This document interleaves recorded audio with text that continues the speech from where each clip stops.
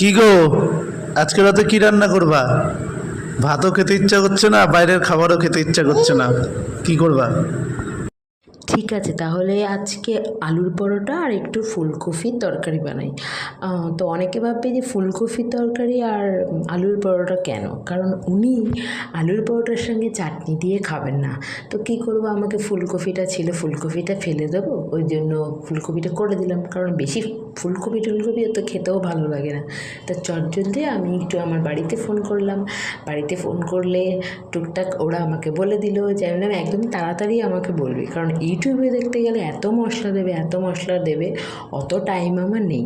তো আমি তাড়াতাড়ি, উনি বলেছে আর একটু যেহেতু বলেছেন তো করতেই হবে। এমনি উনি একটু বাইরের খাবার বেশি পছন্দ করেন, তারপর আজকে আবার বলেছে বাইরের খাবার খাবে না। তো আমিও তাড়াতাড়ি ফুলকপির তরকারিটা যদিও আমি করিনি, উনি করেছে, বললো তাহলে দুজনে একসাথেই তরকারিটা আর রান্নাটা করে নিই। আমি ঠিক আছে চলো। দেখো তোমাদের সাথে কথা বলতে বলতে আমার খাবারটাও হয়ে গেল, দিয়েও দিয়েছি। তো উনি খেয়ে বলল ভালোই হয়েছে খেয়ে, কারণ এর আগে না একদিন করতে গেছে, তখন আমারটা একদম হয়নি। তো আজকেরটা সত্যিই খুব ভালো হয়েছে।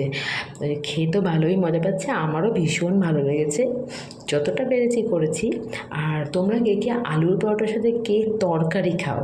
আমি তো শুনেছি নাকি আলু পরোটার সঙ্গে চাটনি টাটনি দিয়ে খায়। আজকের মতন সবাইকে টাটা, গুড নাইট, সবাই ভালো থেকো।